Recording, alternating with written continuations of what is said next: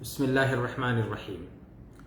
الحمد لله رب العالمين والصلاة والسلام على سيد الأنبياء والمرسلين نبينا محمد وعلى آله وأصحابه أجمعين ومن تبعهم بإحسان إلى يوم الدين. أما بعد، فإن خير الحديث كتاب الله وخير الهدي هدي محمد صلى الله عليه وسلم وشر الأمور محدثاتها وكل محدثة بدعة وكل بدعة ضلالة. وعن عائشة رضي الله عنها قالت كان رسول الله صلى الله عليه وسلم يصوم حتى نقول لا يفطر ويفطر حتى نقول لا يصوم، فما رأيت رسول الله صلى الله عليه وسلم استكمل صيام شهر إلا رمضان وما رأيته أكثر صياما منه في شعبان، رواه البخاري ومسلم. معزز ناظرین، محترم مشاہدین کرام، دینی و ملی نوجوانوں، اسلامی بھائیوں، محترم بزرگوں، ماؤں اور بہنوں، تمام قسم کی تعریف و توصیف، عظمت، کبریائی، بڑائی رب ذوالجلال کے لیے ہے جس نے کائنات کا وجود بخشا. بے شمار درود و سلام نازل ہو پیارے حبیب جناب محمد رسول اللہ صلی اللہ علیہ وسلم پر، جو پوری کائنات کے لیے رحمت اور رشد و ہدایت بن کر تشریف لائے. معزز سامعین، محترم مشاہدین، آج کی اس مختصر سی نشست میں جو مہینہ ہجری کیلنڈر کا جو مہینہ ہمارے اوپر سایہ فگن ہے، اسی مہینے کے تعلق سے حدیث کی روشنی میں چند باتیں آپ کے سامنے عرض کی جائیں گی، دعا کرتے ہوئے کہ اے بار الہ ہم سب کو اپنے نبی پاک صلی اللہ علیہ وسلم کے اسوہ پر چلنے کی توفیق عطا فرما، آمین. معزز مشاہدین، محترم مشاہدین، اسلامی بھائیوں اور دوستوں، یہ مہینہ ہجری کیلنڈر کا 8واں مہینہ ہے، شعبان کا مہینہ، اور اس مہینے کے بعد مبارک مہینے کی ابتدا ہوتی ہے اور وہ رمضان کا مہینہ ہے. اور رمضان کا مہینہ اسلام کے ارکان میں سے ایک اہم رکن روزہ کی ادائیگی کا مہینہ ہے. پورے رمضان کا مہینہ جو اس مہینے کے بعد آئے گا، اس مہینے کا روزہ رکھنا فرض ہے. ہر مسلمان بالغ مرد و عورت اور جو اس کی طاقت رکھتا ہے، اس کے اوپر رمضان کے مہینے کا روزہ فرض ہے. محترم مشاہدین کرام، لیکن اس مہینے سے قبل یہ شعبان کا جو مہینہ ہمارے سر پہ سایہ فگن ہے، جس مہینے میں ہم چل رہے ہیں، یہ مہینہ بھی روزے کے اعتبار سے، صوم کے اعتبار سے، نفلی صوم کے اعتبار سے نبی صلی اللہ علیہ وسلم نے اس کی نبی صلی اللہ علیہ وسلم کے عمل سے اس مہینے کی خصوصی فضیلت ظاہر ہوتی ہے. اللہ کے نبی صلی اللہ علیہ وسلم خطبے میں اکثر اس کو پڑھا کرتے تھے کہ سب سے بہترین کلام، سب سے بہترین بات اللہ کی بات ہے، اللہ کی کتاب ہے، قرآن ہے، اور سب سے بہترین سنت اور طریقہ نبی پاک محمد رسول اللہ صلی اللہ علیہ وسلم کا سنت اور آپ کا طریقہ ہے. اور سب سے بری چیز اس دین کے اندر نئی چیزیں محدثات ہیں، اور ہر نئی چیز بدعت، اور ہر بدعت گمراہی ہے. ہر بدعت، چاہے وہ عبادت کے نام پر ہو، چاہے کسی اور کے نام پر، فضیلت اس کی اجاگر کرنے کے لیے اپنی طرف سے کوئی بھی اگر دین کے اندر کوئی عمل کرتا ہے تو وہ بدعت ہے. اور ہر بدعت ہمارے نبی صلی اللہ علیہ وسلم نے فرمایا کہ گمراہی ہے. کوئی بھی بدعت جو دین کے اندر نئی چیز کی ایجاد ہو، عبادت کے طور پر ثواب کی نیت سے، جس کو نبی نے نہ کیا ہو، صحابہ نے نہ کیا ہو، قرآن و حدیث سے اس کی کوئی دلیل نہ موجود ہو، بعد میں آمیزش کی گئی ہو، کسی نے کہہ دیا ہو کہ یہ عبادت اس دن کی عبادت یا اس وقت کی عبادت، چاہے روزہ ہو، چاہے نماز ہو، چاہے دیگر کوئی بھی عبادت ہو، تو اس کو جو نبی اور صحابہ سے ثابت نہ ہو، حدیث سے ثابت نہ ہو، وہ بدعت ہے. اور وہ بدعت ثواب کے بجائے زحمت ہے. دین اسلام مکمل ہے. ہمارے نبی صلی اللہ علیہ وسلم نے دین اسلام کو مکمل، آپ پر مکمل ہونے کی اللہ رب العالمین نے قرآن کریم کے اندر آیت نازل فرمائی کہ حجۃ الوداع کا موقع تھا، آپ صلی اللہ علیہ وسلم کے اوپر جبریل علیہ السلام وحی لائے اور لے کر کے آپ آئے، اور آپ نے اس آیت کی تلاوت فرمائی، الیوم اکملت لکم دینکم واتممت علیکم نعمتی ورضیت لکم الاسلام دینا. آج میں نے دین کا اکمال کر دیا، دین مکمل کر دیا آپ کے لیے، آپ لوگوں کے لیے، اور اپنی نعمتیں نچھاور کر دیں. دین اسلام عظیم نعمت ہے، عظیم نعمت ہے، اور دین اسلام وہ سب کچھ دین اسلام ہے صرف جو قرآن ہے اور جو حدیث ہے، نبی سے ثابت ہے، اللہ کی کلام کتاب اللہ سے ثابت ہے، اور اسی اللہ اور اس کے رسول کی اطاعت اور پیروی ہی یہ دین ہے، اطاعت اور پیروی ہی دین ہے، اسی میں کامیابی ہے۔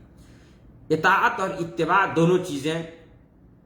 جب تک نہ ہو انسان کامیاب نہیں ہو سکتا۔ اطاعت اللہ کی اور رسول کی اطاعت، جو کچھ اللہ رب العالمین نے حکم دیا اس کو بجا لانا اطاعت ہے، اور اتباع کہتے ہیں کہ طریقہ کار، جس طریقے پر نبی نے کیا اس نبی کے طریقے کی پیروی کرنا، یہ اتباع ہے۔ اگر اپنی طرف سے اسی چیز کو اپنے منمانی کوئی کرتا ہے تو یہ اتباع نہیں ہوگا، اور اتباع ہی کا حکم دیا گیا ہے، جیسا کہ اللہ نے قرآن کریم کے اندر بھی کہا کہ قل ان کنتم تحبون اللہ فاتبعونی، کہہ دیجئے نبی پاک اگر تم سچ مچ اللہ سے محبت کرتے ہو تو میری پیروی کرو، گویا میرے نبی پاک محمد رسول اللہ صلی اللہ علیہ وسلم کی پیروی کرو، اتباع کرو، نقش قدم پر چلو، جیسے انہوں نے عبادت کیا جتنا کیا اتنا ہی کافی ہے، اس سے آگے بڑھنا یہ زحمت ہے، عبادت نہیں ہے۔ اور کوئی بھی عمل، جس عمل کے کرنے سے جو نیک ہوگا، عمل صالح کب ہوگا؟ جب اس کے اندر دو شرطیں پائی جائیں گی، اور وہ دو شرطیں اللہ رب العالمین کے لیے خالص ہو، وہ عمل دکھاوے کے لیے نہ ہو، کسی اور کے لیے نہ ہو، صرف اللہ کے لیے ہو، اور نبی پاک صلی اللہ علیہ وسلم نے جو طریقہ سکھلایا اس عمل کے کرنے کا وہ اس طریقے پر ہو۔ یہ دونوں چیزیں شرط ہیں کسی بھی عمل کو نیک ہونے کے لیے اور صالح ہونے کے لیے، اور جب وہ عمل نیک ہوگا تو اس عمل سے، ایسے عمل سے جس میں یہ دونوں شرطیں پائی جاتی ہیں، ایسے عمل کے کرنے سے نیکی ملتی ہے، درجات بلند کیے جاتے ہیں، گناہوں کو اللہ رب العالمین مٹا دیتا ہے۔ معزز مشاہدین کرام، مختصر سی بات یہ کہ کوئی بھی عمل ہم کریں تو نبی نے کیا کہ نہیں کیا اس کو ضرور دیکھیں، اور اسی میں سے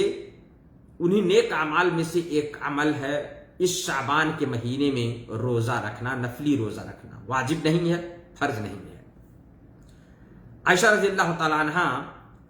کی حدیث ہے بخاری اور مسلم کے اندر، وہ کہتے ہیں کہ کان رسول اللہ صلی اللہ علیہ وسلم یصوم حتی نقول لا یفطر، اللہ کے رسول صلی اللہ علیہ وسلم اتنا روزہ رکھتے تھے کہ یہاں تک کہ ہم لوگ یہ سمجھ بیٹھتے تھے کہ اب آپ روزہ چھوڑیں گے ہی نہیں، وَيُفْطِرْ حَتَّى نَقُولَ لَا يَصُومُ، اور جب روزہ چھوڑنے لگتے یعنی چھوڑ دیتے تھے، نہیں رکھتے تھے، تو ہم لوگ یہ سمجھ بیٹھتے تھے کہ اب آپ روزہ ہی نہیں رکھیں گے۔ فَمَا رَأَيْتُ رَسُولَ اللَّهِ صلی اللہ علیہ وسلم اسْتَكْمَلَ صِيَامَ شَهْرٍ إِلَّا رَمَضَانَ، اللہ کے نبی صلی اللہ علیہ وسلم کو میں نے کسی بھی مہینے کا، پورے مہینے کا روزہ رکھتے، رمضان کے علاوہ کسی بھی مہینے کا، پورے مہینے کا روزہ رکھتے میں نے نہیں دیکھا۔ یہ عائشہ رضی اللہ تعالیٰ عنہ، اما عائشہ رضی اللہ تعالیٰ عنہ بیان کرتی ہیں۔ پھر آگے کہتی ہیں وَمَا رَأَيْتُهُ أَكْثَرَ صِيَامًا مِنْهُ فِي شَعْبَانَ، اور آپ صلی اللہ علیہ وسلم سے میں نے رمضان کے مہینے کے علاوہ جس مہینے میں کثرت سے آپ کو روزہ رکھتے دیکھا وہ مہینہ شعبان کا مہینہ ہے۔ تو یہ شعبان کا وہ مہینہ ہے جس میں آپ صلی اللہ علیہ وسلم نفلی روزہ کثرت سے رکھتے تھے، زیادہ سے زیادہ رکھتے تھے۔ بخاری اور مسلم شریف کی یہ روایت ہے۔ معلوم ہوا کہ رمضان کا مہینہ فرض ہے، اور اس رمضان کے مہینے کے علاوہ سب سے زیادہ نفلی روزہ اگر آپ صلی اللہ علیہ وسلم رکھتے تھے تو یہ شعبان کا مہینہ ہے۔ گویا اس شعبان کے مہینے میں روزہ رکھنا، بغیر دن کو خاص کیے ہوئے، بغیر رات کی عبادت کو خاص کیے ہوئے، کثرت سے اس مہینے میں روزہ رکھنا، یہ سنت ہے نبی پاک صلی اللہ علیہ وسلم کی، اور یہ وہ عمل ہے کہ جس سے اللہ رب العالمین درجات بلند کر دے گا۔ یہ وہ عمل ہے جو نیک ہے، یہ وہ عمل ہے جو صالح ہے، اور اس کے کرنے سے اللہ رب العالمین گناہوں کو مٹا دے گا۔ اور اسی طرح سے شعبان اور پھر رمضان آتا ہے، رمضان کے بعد شوال کا روزہ، 6 روزہ، وہ بھی سنت کا روزہ ہے۔ تو شعبان اور شوال کے یہ روزے فرض نماز سے پہلے اور بعد میں جو سنت مؤکدہ ہے اسی کی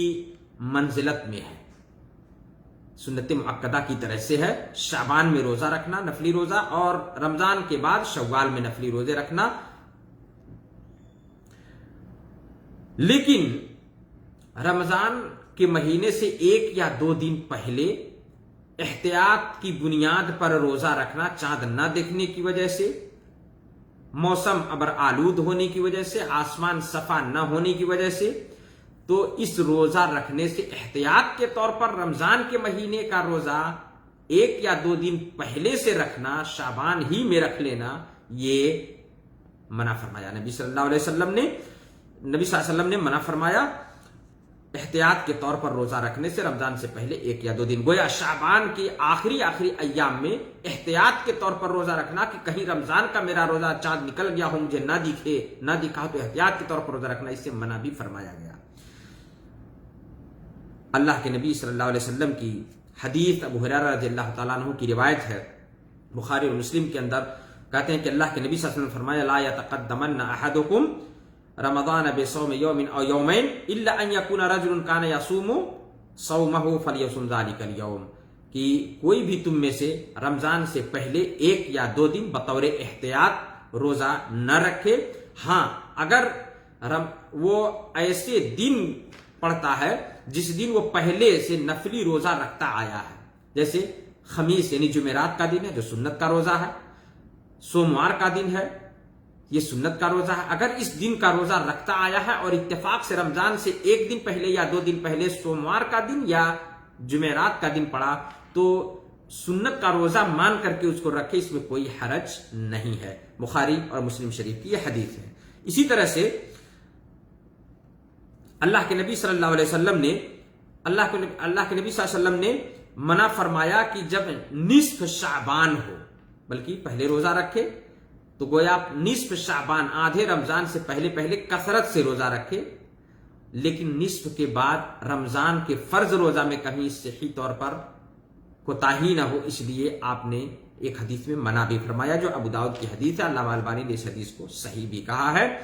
آپ صلی اللہ علیہ وسلم نے فرمایا کہ اذا انتصف شعبان فلا تصوموا، جب شعبان آدھا ہو جائے تو روزے نہ رکھو۔ شعبان کا مہینہ کثرت سے روزہ رکھو، اس میں